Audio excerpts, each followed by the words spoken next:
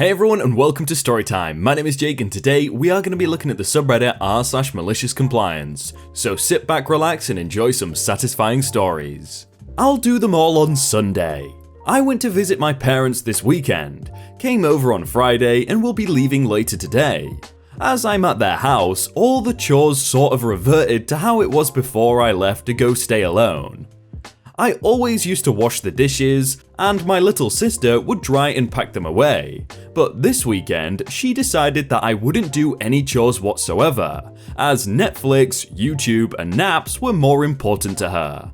I really didn't mind doing the dishes on Friday and Saturday, because there weren't that many, and since I live alone, I'm used to washing, drying and putting away dishes on my own, so I almost forgot that she was supposed to be helping.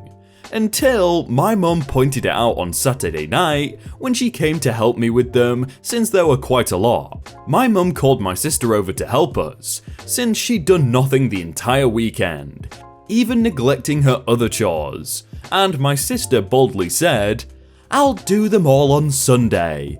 As my mum was about to reply, I quickly said that was okay, and we were nearly done anyway so it wouldn't be a problem.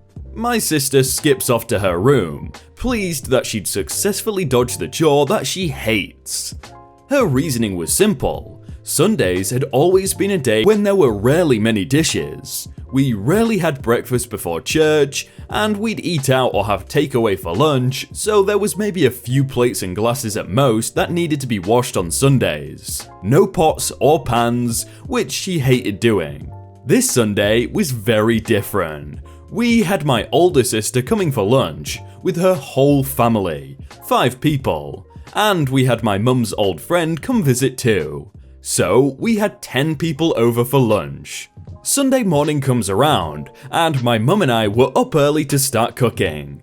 Since there were a lot of people that were going to be here, naturally, we cooked a lot of food, probably about 7 to 8 separate dishes, which meant we just use about every pot and pan we had in the house. Halfway through the cooking process, my sister walks into the kitchen, still half asleep, asks us why we're cooking so early, and I happily inform her that we're having guests over for a nice Sunday lunch. I can see the gears in her head turning as she realizes that there is going to be a mammoth amount of dishes that she is going to be doing. Later that day, after all the guests left, the dishes sitting next to the sink looked like an absolute war zone. Honestly, looked so much worse than I had imagined, but she did ask for it. My little sister didn't dare come and ask me to help because she knew I'd refuse. She asked my mum to help her, and my mum laughed, put on an episode of Our Planet, and my sister went off to do the dishes she had asked for. She washed, dried, and put away all the dishes, and it only took her just under 2 hours.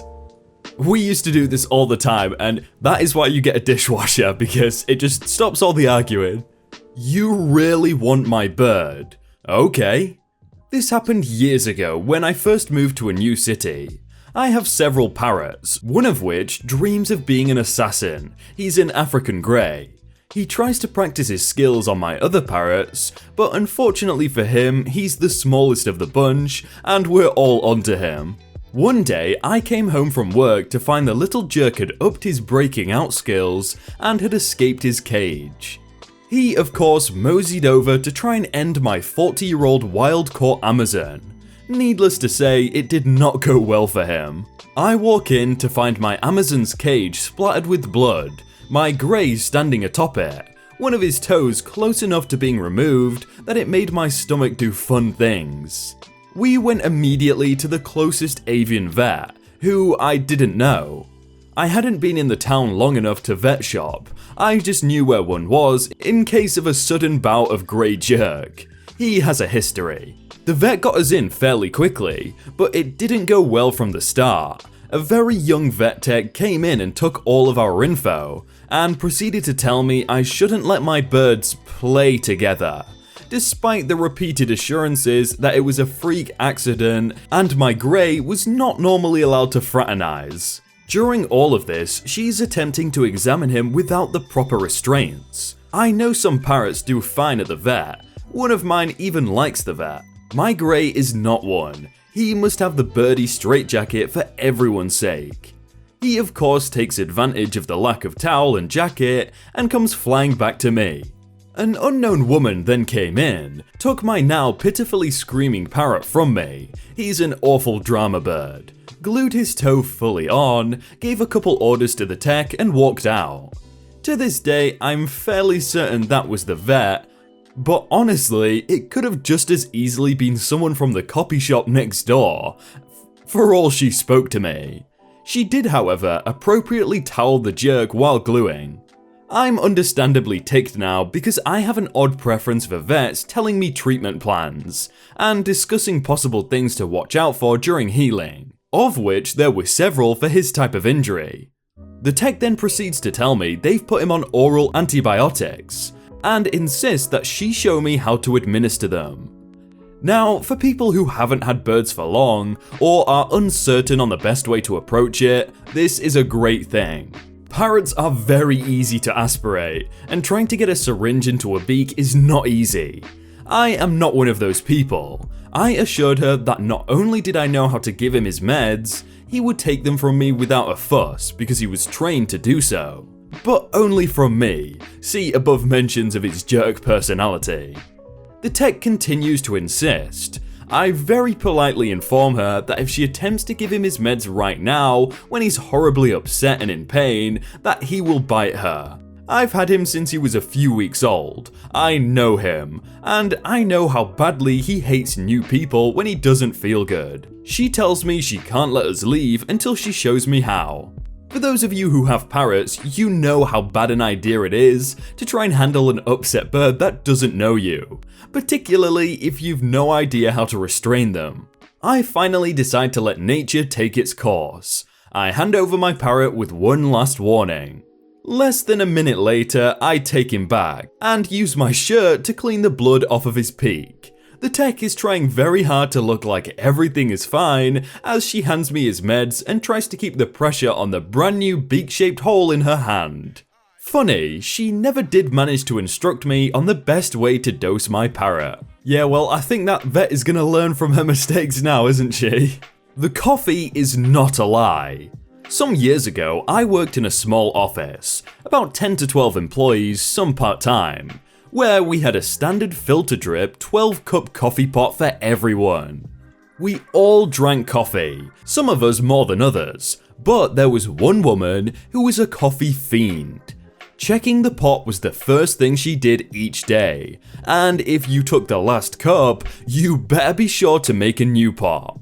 She would complain loud and long if she needed her fix and found the pot empty. The problem was, by after lunch we all wanted decaf, so we weren't too jacked up to sleep, and this woman would flip out if served decaf.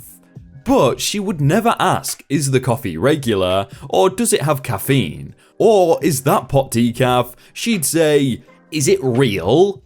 So I started volunteering to make coffee in the afternoon. I made decaf every single day, and every single day she would say, is it real? And I'd say, sure is, thinking to myself, well, it's not imaginary.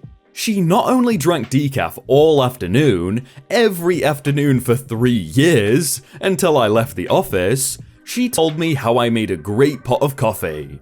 How it was nice and strong, and she couldn't get it to come out as good, and started to request that I make it whenever I was free, because I was the only other one besides her who could make it right. All because I told her that her non-imaginary coffee was real. And yes, I eventually let the other staff in on it too. They never told her either. And no, before you yell at me, she never complained of headaches or anything else. Placebo effect maybe? I've never drank coffee. I'm not a coffee drinker, I'm not a tea drinker, I only drink water really. But can somebody please tell me the difference between decaf and, I presume, caffeinated? Because I've noticed that people can't tell the difference in taste unless you're making it. I don't understand. Can I have some pocket money because I'm a kid too? 19 years old is still a kid. I am 19 years old and female, have a little brother who is 8, and living with my parents at the moment. I am still studying, so I cannot pay rent yet, but I do earn my own pocket money from the part-time jobs. My father's 3 brothers and their family came to our town for a vacation for 3 days over the weekend. They have not met for years, so it's their big gathering, and they have been planning for a long time. That plan seemed to have the members split into 2 groups, the adults and the kids. I had been arranged to join the kids group. When I tried to protest, they insist that I am a kid too, so I just had to submit to my fate. Clearly, they all just wanted a babysitter, which they don't admit because it's not babysitting if I am just a kid hanging around other kids. For their 5 kids aged 5 to 10, while they, adults, get out and enjoy their reunion. So I spent the weekend babysitting a total of 5 kids. That includes organising games at home to entertain them, bring them to the science park, and the likes of outings and food, out of my own pocket, and just overall watch their safety and be an adult when needed. To be honest, it was quite fun, though tiring when I sometimes had to raise my voice to make myself heard, and drag the younger ones back when they strayed too far. I admit I am not really babysitter material. The kids seemed to like me, so I guess it went well too. However, I still would rather be hanging out with other adults or just having my weekend to my own. When my 3 uncles' families were leaving after the weekend, they gave pocket money to each of the kids, including my brother. My father also gave money to each of my cousins. Almost as expected, there wasn't a share for me. Now, I don't really care about the pocket money. They are just a couple of notes I can easily earn in a few hours, but I am rather annoyed for the fact that conveniently, I was skipped for being an adult this time. Nope, I couldn't hold that down. After all, I'm a kid, right? I put on the biggest smile and asked politely for pocket money from my uncles and aunt-in-laws. They were a little taken aback. I said as sweetly as I could that I deserve pocket money too for being a kid. They said so themselves. In all awkwardness, I got my pocket money. Needless to say, my parents were not happy. I got the biggest stick from my parents after they left. In their words, I am a major, insert swear word, to have deliberately made my parents lose face. Whatever, what's done was done. In a few days, everybody moved on. And about the pocket money? Just spent it on some vanilla cream puffs, sugar rolls and ice cream, which we all shared in the family. In other words, it's been transformed into a tab on everybody's weight. We are certainly going to hold them on for a good while, especially me, cause I am definitely not going to the gym to lose them. Well, yeah, I definitely want pocket money if I was them. I'd just say, oh, well, I want my payment for being a babysitter, cause 19 is an adult, not a kid. Small but oh so satisfying malicious compliance. So, backstory. I used to work at a factory who suffered severely under a director who wanted to make more money, with little idea how to run a factory unit, or how you see through people trying to BS you to gain favour. One person in particular was notorious for kissing boots. When I started, he was the boss for about a third of the production unit. And as it happened, he was also the guy who took over when my own boss needed time off, was out liaising with other companies, or otherwise wasn't on company grounds. This guy had a massive superiority complex, and couldn't handle being wrong, or having made a mistake. And just to make it better, he was also clueless about a lot of things. Safe to say, my partner and I really disliked him, and made an active effort to work against his stupidity whenever he was our acting boss. So, as for the story itself, my partner and I made up the company's good reception and quality control department. Basically, our job was to receive the goods and inspect that everything was in order, correct amount had to be delivered, no transport or production damages or mistakes, and then prepare the things for storage. But as you might expect, sometimes we weren't quite in order. Some things were unimportant and we just ignored them. Most things we sent in to get them repaired, since most mistakes were fixable, and then send a bill to the contractor who was hired for the job. And a few things we discarded because they were broken beyond what we could repair. And this particular douchebag was allowed to greenlight things that my partner and I had sent in to get repaired. So one day, the head of the production unit comes out, wanting to know why a particular type of good from a particular contractor always got sent in for repair. And I do mean every time. And we explained that because they had opted to use the cheapest place to get these things done, quite frankly, one particular part was subpar, but it could be fixed, so it wasn't really a big deal. He wasn't happy with that explanation, and wanted to get someone who knew of such things to have a look at it. Cue Mr. Douchebag himself, who takes one good look at them and goes, "Oh, those are freaking perfect, right as they're supposed to be." And production manager tells us to just send them on their way. My partner, a fairly temperamental guy, was furious, but we made a plan. With every piece of good we received, we'd pull the schematics in order to measure if everything was good or not. And then, using this schematic, we'd write some additional information, purchase number, steel certificate, etc., so that we could easily trace everything back should there be a problem. And for this particular thing, we drew an arrow to the part that was done incorrectly, wrote what the problem was, and approved by Mr. Douchebag. Asked the production manager to sign it off, and the goods went. Asked the production manager to sign it, and off the goods went. 5 minutes later, we got a call from storage. "So, what the deal with these goods? Why aren't they in the machine shop?" Well, because Mr. Douchebag said they're okay, and the production manager is backing him up. Insert curse words. We then briefed him in on the plan, and he was somewhat happy.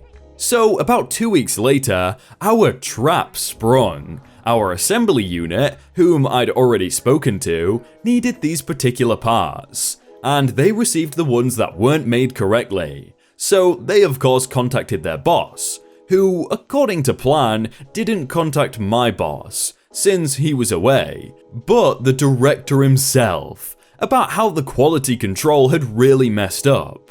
Of course, the director came flying over, howling and screaming about our incompetence, to which my partner and I calmly asked him, "So, it's about those specific parts, creating this particular problem?" "Well, yes, you bloody morons!" The director then called for Mr. Douchebag to come and straighten us out. Mr. Douchebag stood there, all smug, expecting his next big promotion. But we called storage, and asked our storage worker to bring up the pallet with the remaining goods, and the schematic that had a very neatly, approved by Mr. Douchebag signed, production manager written on it. The half a second it took him to realize that these goods that risked delaying the shipment, and thus costing a small fortune in delays, had been greenlighted by him was priceless. His face went from, "Oh yeah, I'm securing my seat as the next production manager," to, "Uh-oh, I'm gonna get fired for this." He was later told to stay right away from the quality control department, and my partner and I, as well as our boss, celebrated with cake. If someone on your team is sending the same product back every single time because it's literally broken, why would you greenlight that? How much of an idiot can you be? Hey everyone, I hope you all had a really good day and that you enjoyed that video. If you want to check out some other videos, then click on screen right now, or check out the playlist down below. If you enjoyed that video, then please do leave a like, and if you want to submit your own stories, then you can do so by joining the Discord in the top link in the description. But thank you so much for watching, and I will see you very soon.